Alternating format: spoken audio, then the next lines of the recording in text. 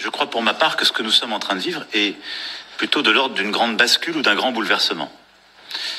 D'abord parce que nous vivons, et cela pas simplement depuis cet été et ces dernières années, au fond, la fin de ce qui pouvait apparaître comme une abondance.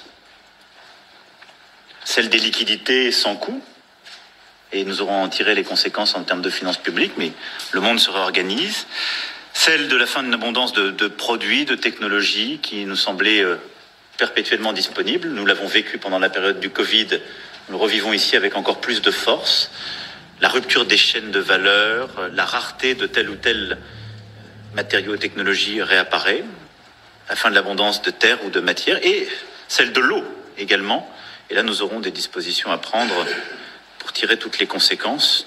Nous avons déjà commencé de le faire. Je rappelle le Varenne de l'eau qui s'était tenu il y a plusieurs mois et qui avait donné lieu à des choix très structurants qu'il nous appartient de mettre en œuvre. Nous irons au bout. C'est aussi la fin des évidences. Quand on regarde à la fois la France, l'Europe et le cours du monde, la démocratie, les droits de l'homme, si d'aucuns pensaient que c'était la téléologie de l'ordre international, les dernières années auront battu en brèche quelques évidences. C'est la fin de celle-ci, la montée des régimes illibéraux, le renforcement des régimes autoritaires, nous l'avons encore vu dans les discours désinhibés des derniers mois, sont clairs. Et c'est, je dois le dire aussi, la fin pour qui en avait d'une forme d'insouciance. Aujourd'hui, jour pour jour, la guerre a repris il y a 6 mois en Europe, depuis le 24 février, et en ce jour qui est celui, l'anniversaire des 31 ans d'indépendance de l'Ukraine, c'est malheureusement celui aussi des 6 mois de la guerre qui a repris.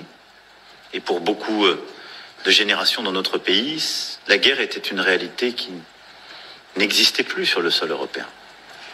De la même manière, la crise climatique, avec toutes ses conséquences, sont là, perceptibles.